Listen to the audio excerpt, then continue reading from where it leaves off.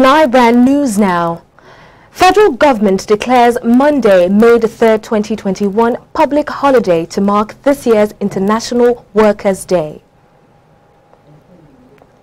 Wife of South Africa's late Zulu king, Goodwill Zwelithini, dies. U.S. Embassy in Moscow to reduce number of its consular services from May 12th. MTN Nigeria introduces Remitter.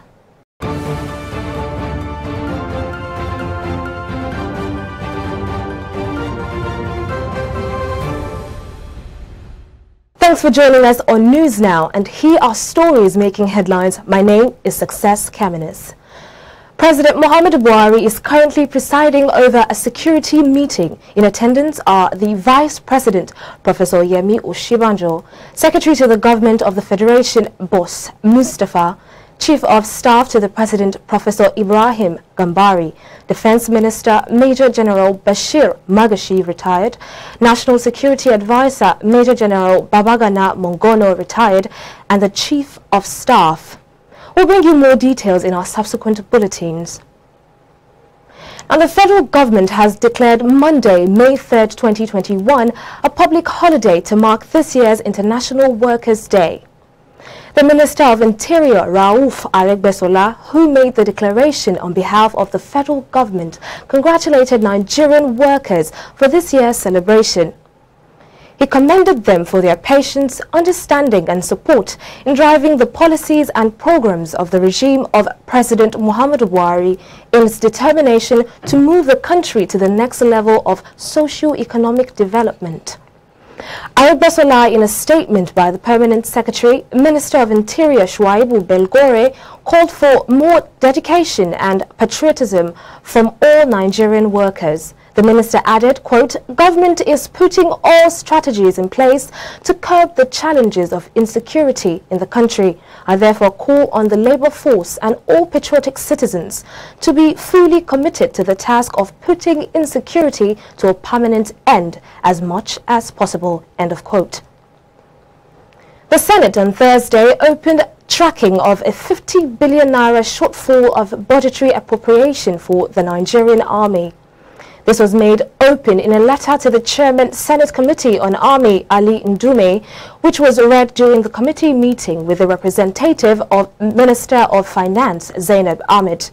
While relating before the committee, the release made so far for the Nigerian Army, Shehu Shinkafi, who represented the minister, insisted that the release of the Nigerian Army budget was 100%. The chairman of the Senate Committee on Army, who frowned at the absence of the Minister of Finance, however, noted that lack of funds and proper ammunition are responsible for the soldiers' incessant withdrawal in the battlefront with Boko Haram. If you say you have made a release of 100%, here is a letter indicating that from the time of the introduction of Operation Lafia Dole, they have a shortfall outstanding of 50 billion. So if you are paying them 100%, how come do they have a shortage of 50 billion? They wrote a letter to me here requesting us to follow up with you. Distinguished colleagues, I hope you see. Let me explain. The discrepancy. When you say you have made 100%, but that explanation, I don't know what it is. As long as the minister is in town, for her to disregard this our invitation, which is not an invitation by Mohammed Ali Ndume, but by the Senate to discuss the matter that every Nigerian is concerned about. I'm sure if she's not safe, she would be here. But they always think that they are safe because they have this security apparatus around them that will personally take care of their security, while in her state, in Kaduna, today, more than 50 people are still in the hands of captives. If to say her child or her brother or somebody related is among those that are there, I'm sure she will be here. So get that back to the minister. This information will collect from you, but will give us another date for her to come here. But this problem of this insecurity is so severe, you know, And it all centers and boils down to lack of finance. That is what the agencies are telling us. And you, the agency that is responsible, and the president has said this several times, he has given approval, even for those things that you are yet to bring before the National Assembly. That is the supplementary budget. President told the Senate that he is willing to give the armed forces whatever they need in order to address the security problem in this country. And here you are, when we invite you to come and tell us what is going on, you, the PAMSEC will send, the minister will send the PAMSEC, and she's in town. That is unacceptable. So far, I think by their performance, it means that what is available to them here is not enough to do the job. And so all of us must sit down together and agree on what is required to do this job, with the assurance that if this thing is provided, this job must be done. Because I think the issue of insecurity has become a recurring decimal and an embarrassment to this country. And if the stories that we hear every day from all parts of Nigeria is anything to go by, it is only a matter of time that this system that we call government of Nigeria will collapse. Yeah. And I think that nobody in any position of authority today will want to accept that Nigeria will collapse on his head. So, Mr. Chairman, my own advice here is that we should go back to the basics. The House of Representatives on Thursday approved a request by President Muhammadu Buhari for the federal government to make external borrowings of $1.5 billion and 995 million euros. The House Committee on AIDS, Loans and Debt Management had laid its report on the presidential request on April 21, 2021, same day the Senate approved the loan. In the report, the committee recommended that the House approve the external borrowing plan of $1.5 billion and 995 million euros, and that the terms and conditions of the loans from each lender as contained in a duly executed loan agreement be forwarded to the National Assembly for proper documentation. The report was unanimously adopted. And now the chairman of the Independent Corrupt Practices and Other Related Offences Commission, Prof. Bolaji Owasanoye, has said all the money recovered by the commission are paid into the coffers of the federal government. Owasanoye, who appeared before the Senate Committee on Finance investigating the activities of revenue-generating agencies of the government in Abuja, told the committee that the ICPC had no retention powers over funds or assets recovered from corrupt people. He said, quote, ICPC was not contemplated as a revenue-generating agency in the course of our work. We do not recover funds. However, ICPC does not spend recovered assets. Quote, we investigate, we also look at the tax components and bring defaulters into the tax net, which goes to Federal Inland Revenue Service, end of quote. The chairman of the Committee on Finance, Senator Solomon Adiola, expressed concern over Nigeria's national budget, saying it was becoming too dependent on loans, partly due to the non-compliance with financial regulation by government revenue-generating agencies. Adiola said the purpose of hearing was to ensure that all government revenue-generating agencies complied with the Fiscal Responsibility Act, which stipulated that 80% of operational surplus be paid into the CRF. Chairman of the Nigerian Governors Forum and Governor of EKITI State, Kayode Fayemi, and his Kebbi State counterpart, Abubakar Bagudu, who is also the chairman of Progressive Governors Forum, on Thursday met with the Acting Inspector General of Police, Usman Baba, to seek ways of partnering with the police in tackling the security challenges confronting the country. At the meeting, the IG said the police, were the support of the governors, would, quote, surmount the insurmountable. The state chief executive said they were at the force headquarters to congratulate the IG on his appointment and commiserate with him over the attacks on police formations in the southeast and loss of police personnel. The duo said the visit was also aimed at seeking ways of partnering with the police high command to tackle the raging insecurity across the country. And barely 1 week after suspected Boko Haram insurgents invaded the Gaydam community, displacing over 6,000 residents, the suspected gunmen have again on Thursday attacked Kanama, headquarters of Unisari Local Government Council of Yobe State. Kanama, which shares a border with the Niger Republic and 34 kilometers away from Gaydam, was a community where suspected Boko Haram elements were found or first sighted in 2004 before they moved to Maiduguri, the Borno state capital, and started their deadly attacks in 2009. Following the confirmation of the presence of Boko Haram in Niger State by the state governor Abubakar Bello, about 65 communities in Niger State have resorted to negotiating and signing a peace deal with the insurgents to avoid future raids. This development came few days after the terror group displaced more than 5,000 villagers from their homes in some local government areas in the state. Yusuf Sani, the co-convener of the concerned Shiroro youth, said this is what most of the communities are resorting to, adding that communities that have signed the peace deal with the terrorists are more than 40. Sani also said the communities had paid not less than 20 million naira to sign the peace deals with the terrorists. Now, the National Emergency Management Agency, NEMA, said about 3,975 internally displaced persons are set to benefit from monthly food distribution in Adamawa State. Here's the report as presented from our studios.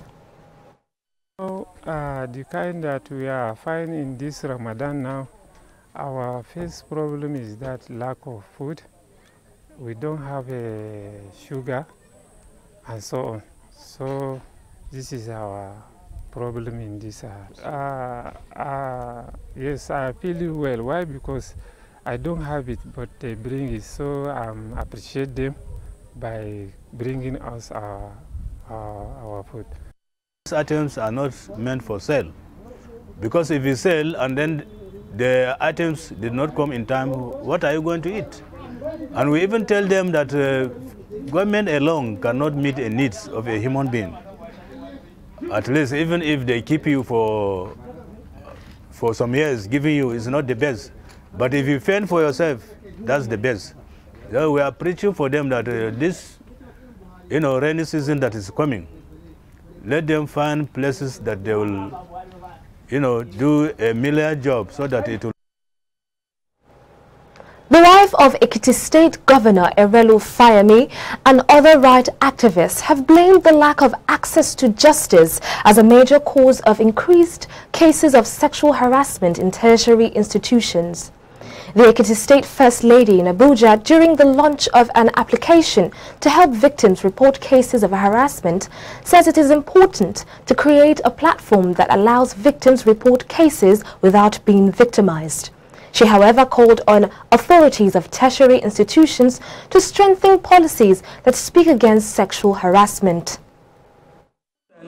For all tertiary institutions to adopt a zero-tolerance approach to all forms of gender-based violence and promote a healthy culture in the institutions devoid of fear and intimidation. Students must feel safe on campus, and victims have a right to be heard and not to be intimidated or shamed into silence. The issue of sexual harassment has to do with imbalanced power relations. And of course, when you look at, the statutory obligation of the ICPC, they are statutorily mandated to check institutions on abuse of power. And to the best of our knowledge, sexual harassment is the worst form of gender-based corruption in environment of learning. We can, together create an environment of learning where the fight against sexual harassment will not be a daily struggle, but a natural part of our actions. There's little incentive for survivors, particularly women and girls, to report their experiences with sexual harassment. Because, as you know, nobody wants to be the poster child for sexual harassment, further exposing that person's vulnerability to abuse and exploitation. And we have an unforgiving cancel culture which doubly victimizes the victim or the survivor, as the case may be. We must learn to be on the side of the survivor. We go on a short break right now. When we come back, more stories to come. Stay with us. True unripe plantain flour is 100% natural flour gotten from the processing of unripe plantain. It contains no addictive and has a net content of 500 grams. True unripe plantain flour contains vitamin A, B6 and C. It is gluten-free and rich in calcium. Consuming true unripe plantain flour helps to build and strengthen stronger bones and can be a great meal for diabetic patients. It decreases your chances of constipation as it has a high fiber content and provides you with a low-fat diet. Here are some steps to prepare your true unripe plantain flour. Firstly, mix true unripe plantain flour with hot water in a pot and gradually add water till you achieve desired thickness. Place over medium heat and turn very well for 4 to 5 minutes to get the right texture. Mold into a ball and place in a bowl and allow to cool. Serve with your choice of soup. True unripe plantain flour can be eaten with any variety of soup, be it your ofe oha, ofe onugbu, begiri, ewedu, or your miyan kuka. To get your true unripe plantain flour, contact us at 12 Olowera Isheri Road by First Welder bus stop off Omole Phase 2, Olowera, Lagos, Nigeria, or call 070-6663-8213 or 081-6397-4447. Distributors are needed nationwide. And now to African news. The regent of the Zulu nation and wife of South Africa's recently deceased Zulu king, Goodwill Zwelithini, died unexpectedly on Thursday. The traditional prime minister to the Zulu monarch, Mangosuthu Buthelezi, said in a statement, "The sudden death of Dlamini Zulu, 65, comes days after she was reportedly hospitalized just weeks after her husband's burial. She was elected regent while the royal family was in a 3-month mourning period before the next monarch was named." Buthelezi on Thursday assured that while the royal household was grief-stricken, there will be no leadership vacuum in the Zulu nation. And President Cyril Ramaphosa overnight expressed deep condolences to the royal house, saying South Africa was standing by the family in this hour of compounded grief. A team from the African Union arrived Thursday in N'Djamena, Chad, on a 7-day fact-finding mission to assess the situation in the country and examine ways of a speedy return to democratic rule. Following several days of internal pressure, the delegation will produce a report at the end of its mission, which will enable the Peace and Security Council to adopt a definite position on the measure to be taken. Several member countries have called for Chad to be suspended from the African Union because of the Transitional Military Council takeover of power. Many also estimated that this was a coup d'etat, as the constitution was not respected. Also on Thursday, government troops and rebels clashed in a region of western Chad, where President Idris Deby was killed earlier this month. The rebels have threatened to march on in N'Djamena, where the team from the African Union arrived. And now to foreign news. The U.S. Embassy in Moscow said on Friday it would reduce the number of consular services it provides from May 12th after Russia imposed restriction on hiring of local staff. Russian President Vladimir Putin last week signed a law to limit the number of local staff working at foreign diplomatic missions and other agencies, and ordered the government to draw up a list of unfriendly states that will be subject to the restrictions. The embassy said the Russian government's action had forced it to reduce its consular workforce by 75%, and that the provision of emergency services in Russia may be delayed or limited because the ability of staff to travel outside Russia had been constrained.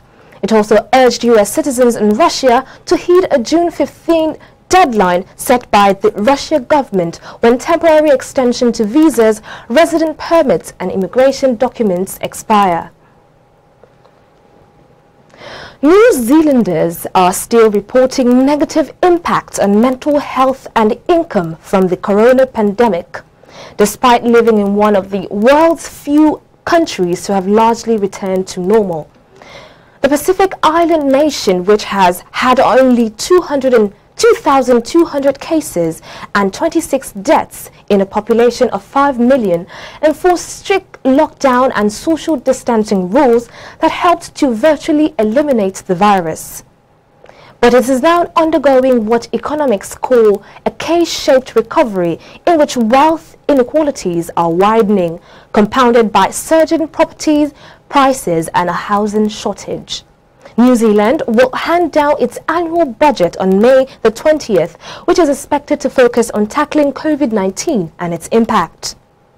Coming up next is sports with Jidechi.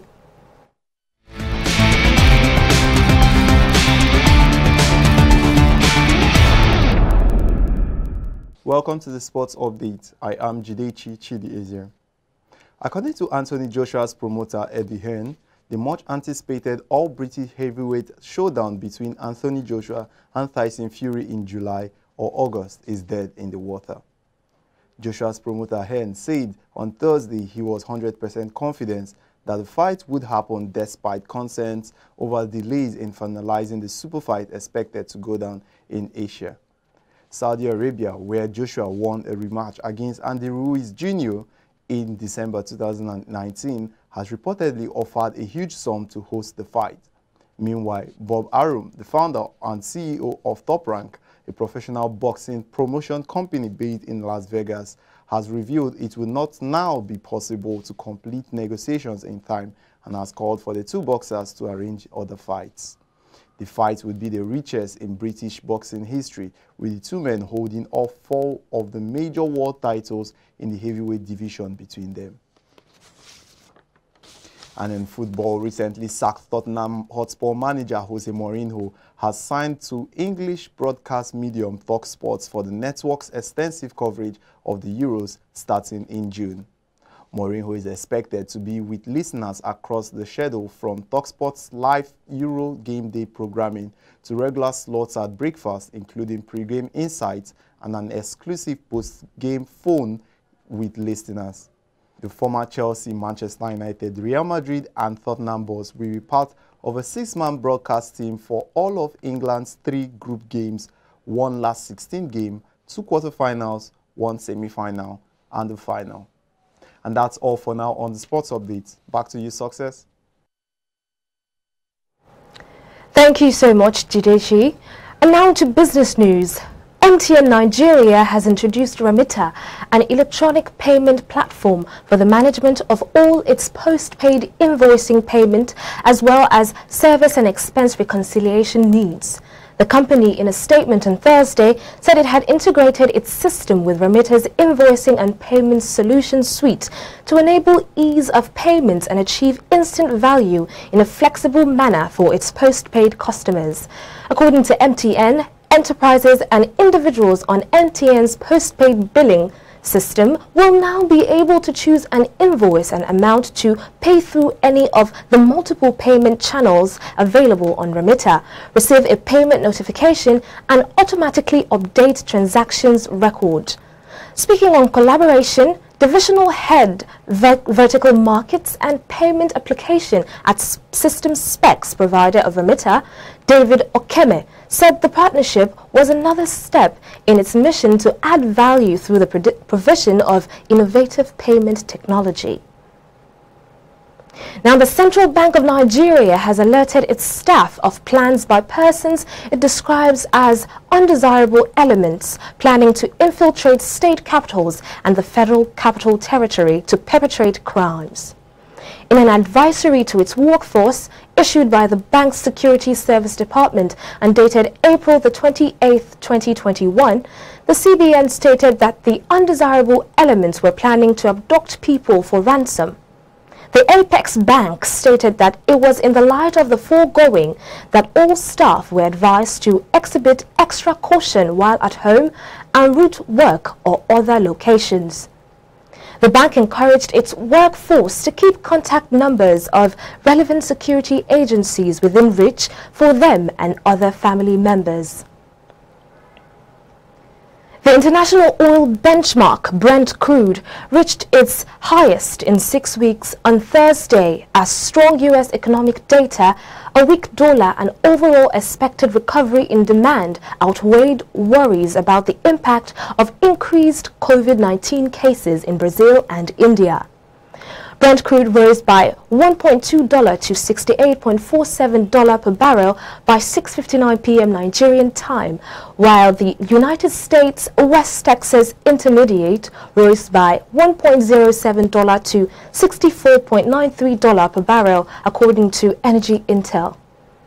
S&P Global Platts said the increase in U.S. oil demand came amidst the market's assessment of improved economic conditions as per a U.S. Energy Information Administration report. The head of commodities strategy at ING Group, Warren Patterson, and a senior commodities strategist, Wenyu Yao, were quoted as saying, while demand appears to be trending in the right direction in the U.S., there are still clear concerns over the impact that the surge in COVID-19 cases in India is having on fuel demand.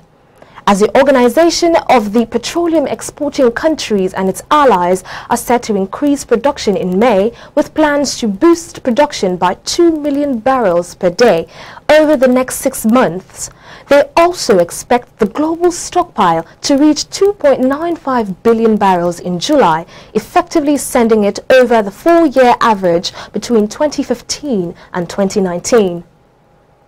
And on that note, we wrap up news now. Please log on to our website and subscribe to our YouTube channel for more news update. My name is Success Kamenis. Thanks for watching.